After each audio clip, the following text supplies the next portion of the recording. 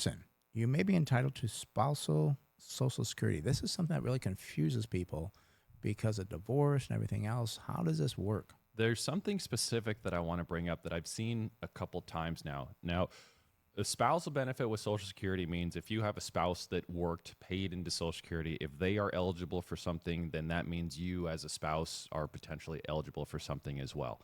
Um, However, earlier this year, there was something called a government pension offset and a windfall elimination provision, but this is specifically more about this government pension offset. It was a rule that said if you had a spouse that worked and paid into Social Security, received Social Security, if you had a job where you worked and earned a pension and did not pay into Social Security, like if you were a teacher and are on CalSTRS, or if you were a firefighter or a police officer or something like that, this government pension offset reduced any spousal benefit that you would be eligible for from that Social Security working spouse. But that has been removed. And so the thing I want to bring up is I've seen this a couple times where you might have a couple that retired a couple years ago, the other spouse is receiving their pension.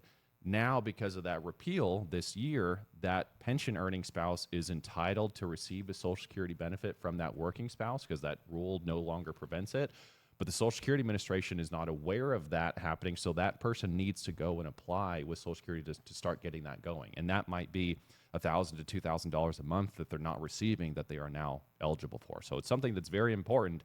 If you have a spouse that is receiving Social Security and another spouse that is receiving a pension, and if that pension earning spouse, when they originally applied, if they're not receiving anything from Social Security, you potentially are eligible for it. You need to reach out to Social Security as soon as possible and see if there's anything that you're not collecting.